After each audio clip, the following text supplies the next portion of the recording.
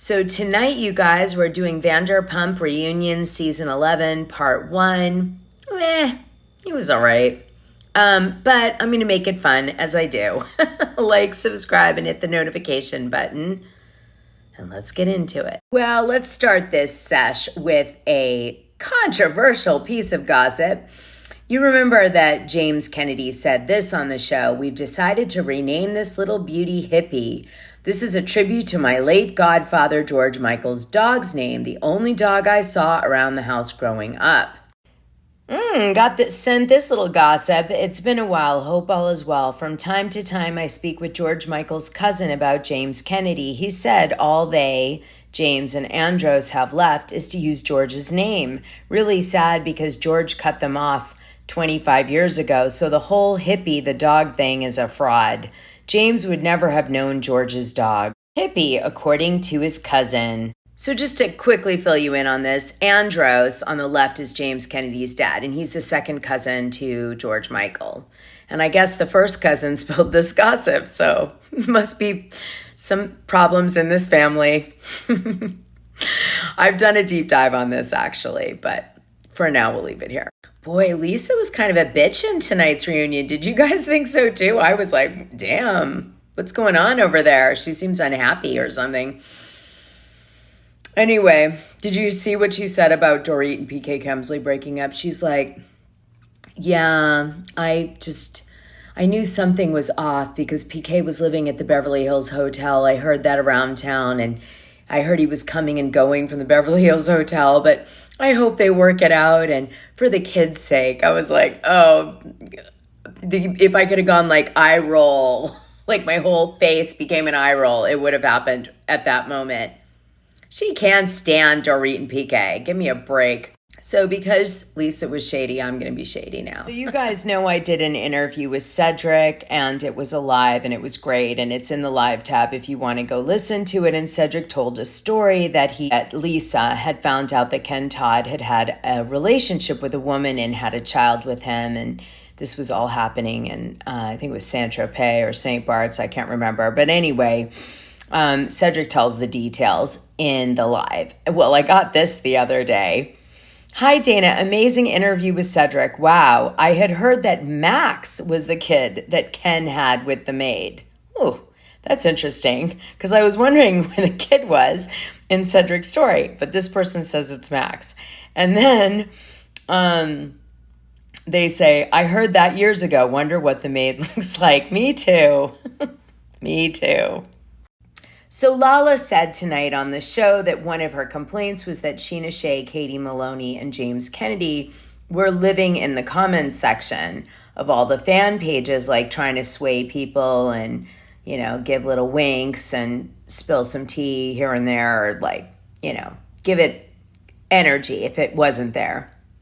And so Lala was like calling it out. Well, here's a perfect example of that. Watch this clip of Watch What Happens Live. Tom Sandoval is talking about really meant when he said that he thinks Ariana leaving was good for him, meaning with the fans. During tonight's hot mic moment of you. During tonight's hot mic moment of you saying that Ariana leaving looks good for you, I wasn't. What did you mean? Because then it looks bad you saying that. No, that wasn't what I meant. Okay. What I meant is that I did my job and everything came together. That's what I meant. Okay. Like that, throughout this season, we have to obviously have those tough conversations, and I felt good that I at least showed up and did my job. What was your reaction to hearing Lala's confessional tonight, where she was criticizing Ariana for not sharing her real life on the show? I was very moved by Lala's confessional. I thought she was spot on. I mean, that's what we do. Ariana is a main cast member. She's not like a secondary member. So, that's what we have to do. We have to put it out there. We have to have those tough conversations. During tonight. It's funny. I didn't know Sheena Shea was a secondary member. Secondary friend of or whatever. It's weird. Isn't it? Read between the lines. I love being on camera, and if I could do everything on camera, I would. This pause is going to kill him. He'll be on the Valley by next week for like $10. And here's James Kennedy's reaction to this part of the interview. WTF. Well, in this case, I have to agree with James Kennedy. Well, on tonight's reunion, you probably heard that Ariana Maddox was killing it in the Chicago Broadway show. Well, it turns out that she killed it so good that they actually asked her to come back and do another run of Chicago this summer. So if you want to catch Ariana, you can go to Broadway and see her for a few more weeks in the summertime because they want her back again. So here's a picture that was taken, actually, I think like yesterday, of the sandwich shop, Something About Her. Although on the reunion, the girls say that the shop is opening as the reunion airs, which of course it's airing on May 14th. They said it would be open. It isn't open. The soft launch open is scheduled for May 22nd. I also had heard 21st, but now it's the 22nd. Anyway, it's a soft opening. They have run into tons of permit issues. As you can see, they had to strip down the whole front, which looked much better before because they couldn't get the permits. They had to redo the entire interior again. And on top of it all, they got in a fight with Chef Penny. Chef Penny is saying that she put, the sandwiches together and hired the staff, and she has a stake in the business, but they had no formal agreement with her. They told her to file the trademark for Something About Her, which she did, and now she's wanting to own it. But the girls can object and stop the trademark from going through. We'll see if they do. Is this even a real business? I'm not sure. The Sun reported that there were people going in and out getting ready for the opening, making food. But I mean, they don't make food a week out. So is this really happening, or is this just some bullshit that Bravo PR is putting out for Katie and Ariana to have a business on the show? I don't know what's going on here. It doesn't look like anything. It looks like somebody took a hammer and a nail and put a sign up, with a marker. I'm serious. Look at it. Anyway, I hope it's real because it was a great idea. Have you opened yet? No, we have not opened yet. When are you going to be open? I think by end of May. Okay. Mm-hmm. I like that. We did not know what was lying ahead, which was a bunch of red tape and all sorts of issues. And what's your take on? No, I disagree. I think it was a multitude of things, of disagreements, of Ariana being away. You could get through your drain issue and your health issue in a year. We've never had a disagreement about me being away. Given how much grief the boys took for how long it took to open Schwartz and Sandy's, Schwartz, is there any part of you that is kind of like, hold my beer? No, but I feel your pain, and I know how frustrating it can be. You're dependent on so many other people. So you guys know that I'm kind of familiar with Lisa Vanderpump from the old days, and I just want to say she was dragging Katie so much in the reunion. She said that she would love to see Schwartz and Lala Kent hook up when Andy brought up that they were jokingly flirting with each other, which was a real dagger move for Lisa to do to Katie. And you could see it in her face. And then she tried to say that Ariana and Katie had run the restaurant wrong, and that, Katie wasn't okay with Ariana going to New York and doing her Broadway show. And they looked at each other like, what the hell are you talking about, lady? We were fine with each other. We're not having these types of problems like Lisa's making out. And I felt like turning around to Lisa and going, girl, you got sued by your landlord, okay? Why aren't you talking about that at the reunion? You're so up in Katie and Ariana's business. So Lisa, nothing's about her that's bad, only about you. Now, there's rumors that Ariana and Katie are not coming back to Vanderpump Rules. They removed Vanderpump Rules from their Instagram bio thingy. And so a lot of people think that they're not coming back. There's also rumors of a big shakeup. And I did spill the tea in detail about this in the Patreon. I did. I'll show you the episode it's in at the end, but I think that they're not coming back, Ariana and Katie, just It's saying. In the last 10 minutes of this episode, or maybe the last 15. So, yeah, go in the Patreon and listen to the last 15 minutes and you'll get the tea on this. So on tonight's reunion, we finally find out what happened between Lala Kent and Katie.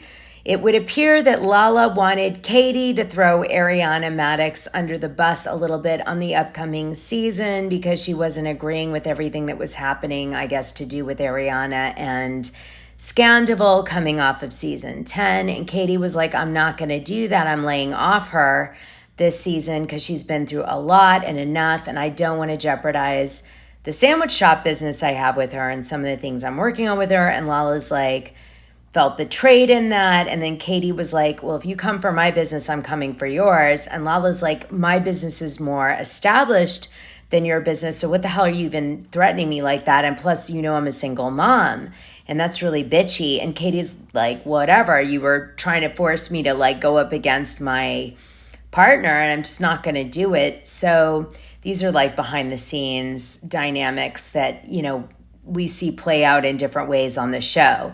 So the way we see it play out on the show, they're like kind of annoyed with each other the entire season. They don't have each other's back like normal. They're kind of like calling each other out on dumber stuff, but it's because they're basically trying to throw each other under the bus for the fans. Anyway, Lala's feeling is that Katie's being a kiss ass to Ariana because the fans love her right now because of Scandival.